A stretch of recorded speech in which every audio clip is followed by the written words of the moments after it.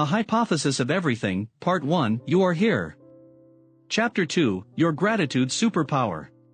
Gratitude is Boolean in nature, a 1 or a 0, on or off.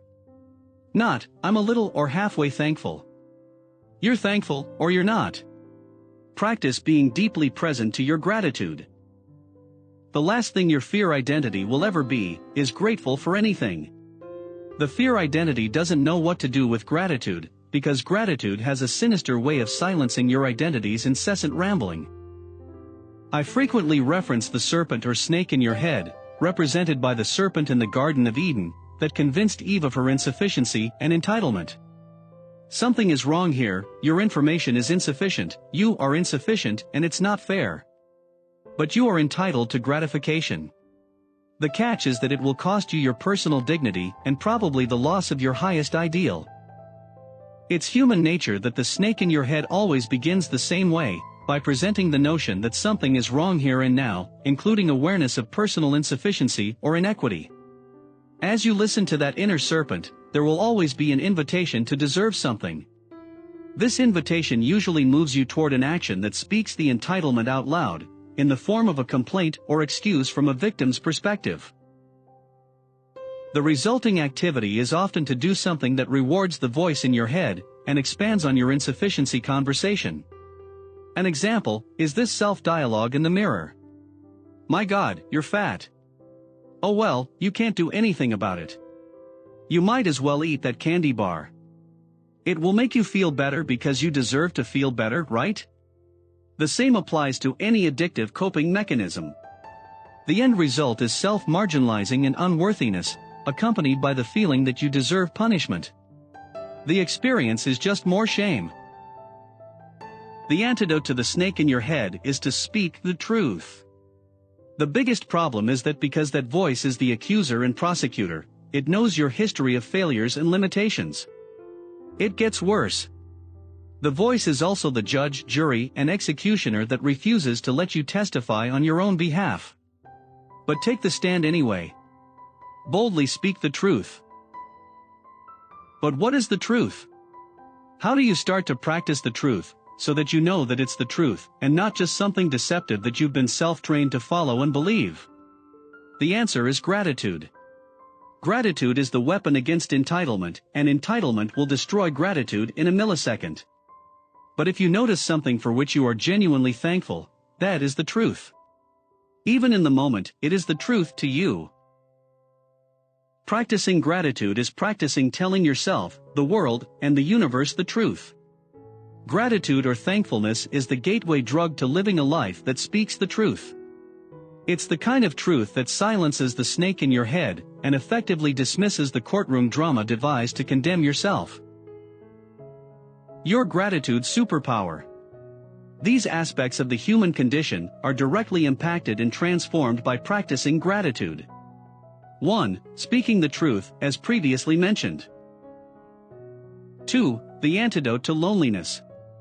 In thankfulness, there is a realization that you are not alone. Something more significant than yourself is contributing to your life. In gratitude, there is also an awareness that others care for you no matter how small that care seems to express itself. If you fear a life of loneliness, practicing gratitude will train your brain and release hormones that contribute to confidence and security. 3. Responsibility and purpose.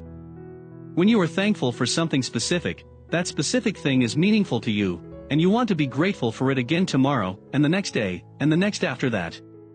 You will naturally pay attention to that which you are thankful, including relationships. You will see yourself applying awareness and effort to enhance or expand the reality of the future of your gratitude. 4. Courage. When you can see something as an opportunity to grow or learn, you can be thankful for that opportunity even if it feels like you will barely endure it. You begin to see ways to approach that opportunity without fear, or inside of your gratitude, be aware that you might not be able to face it alone. You will bring along someone else for whom you are also grateful. Bravery and courage are natural results. 5. A happy life. Gratitude generates positive energy. Practicing gratitude releases neurotransmitters of health in your brain and body, and creates a context of power, security, compassion, and generosity. Those things will always be returned to you more than you give. 6. Better sex and intimacy. Thankfulness invites affinity and creates a space for intimacy to happen. It's naturally sexy and attractive, and people want to get close to it. The power of gratitude builds comfort and connected relatedness that enhances love. Gratitude also releases dopamine, a pleasure hormone. To achieve an orgasm, serotonin in a particular part of the brain has to drop quickly. There is a reported link between practicing gratitude and the intensity of an orgasm. 7. Unconditional love. Gratitude ties directly to love and a life that feels like love. Even more, gratitude opens you up to accept life and people the way they are and the way they are not. 8. Social equality and reform. When you're thankful to someone, at that moment, there is an opportunity to share a space of equality that crosses class or social barriers. A grateful community experiences profound levels of equality and activity for the benefit of that community. If something like Marxism were to happen, it would have to be done entirely in the bubble of complete gratitude on the level that permanently eliminates the notion of entitlement or inequity. It's not a likely eventuality with our current patterns of human responses. Still, we can start with a connected and sincere thank you.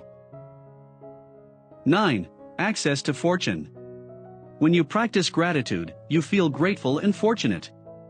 This practice expands your capacity to receive and store more good things in your life.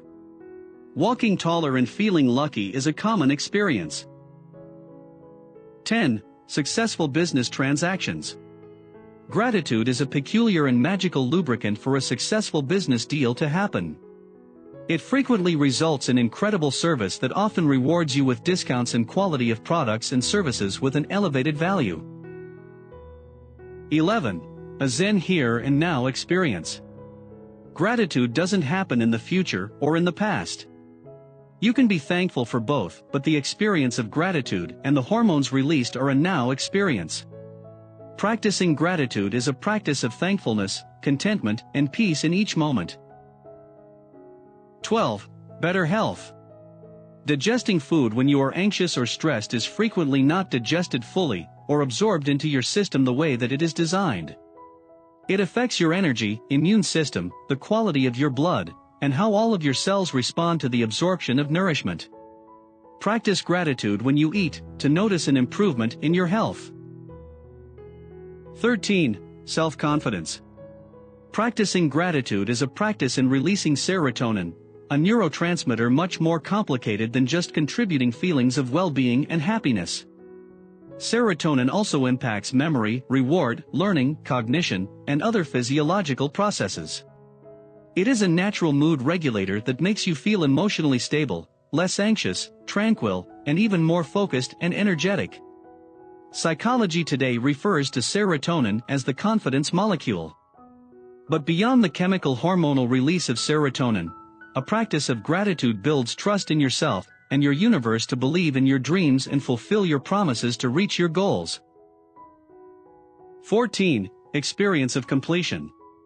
Saying thank you at the end of a transaction or conversation signifies a satisfactory ending to that conversation or transaction.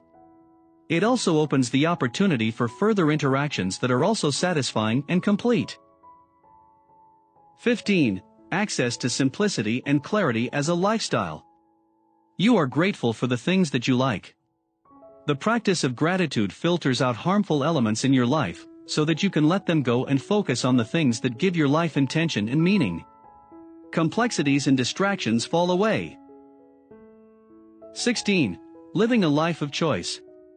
Most of us live life in a way that feels like we don't have a choice or say in the matter. And most of us cannot give a truthful answer to the question, what do you really want in life?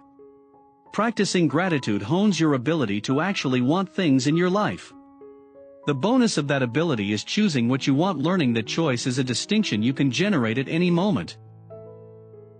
17. Alertness and sensibility. When gratitude is present, you are more open to opportunities to make a difference and readily see humanity's struggle. You can act effectively for the better. 18. Access to humor. When you are grateful, it is authentic, and there is room for lightheartedness in that space of authenticity. Being authentic can come across as a context for comedy and self-deprecation. Just don't say anything that makes you particularly weak. There is also a dismissal of attachment that comes with gratitude, and humorous things can happen.